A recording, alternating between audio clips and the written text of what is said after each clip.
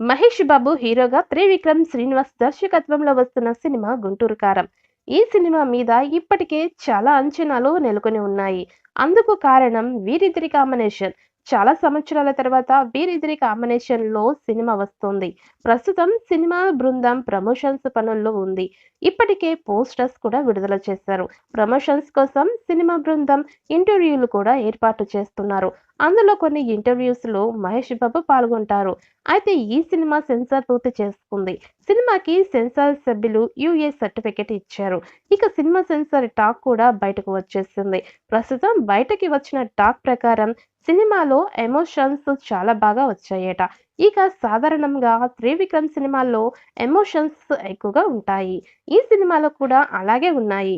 అంతేకాకుండా మహేష్ బాబు కూడా ఒక కొత్త రకమైన పాత్రలో కనిపిస్తారు.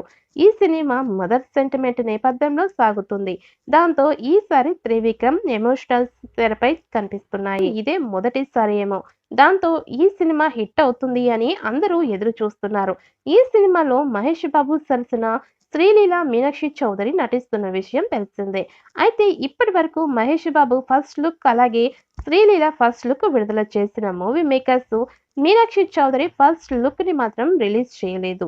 దీంతో ఆమె ఎలాంటి క్యారెక్టర్ చేస్తుందో అనే ఉత్కంఠ అభిమానుల్లో ఉండిపోయింది.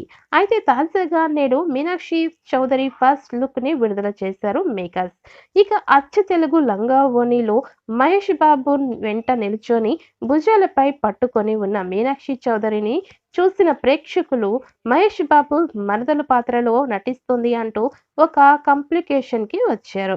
ఇక మీనాక్షి ఫస్ట్ లుక్ అందరినీ తెగ నచ్చడంతో అదిరిందయ్య త్రివిక్రమ్ అంటూ అతని విజన్‌ని తెగ పొగిడేస్తున్నారు అభిమానులు.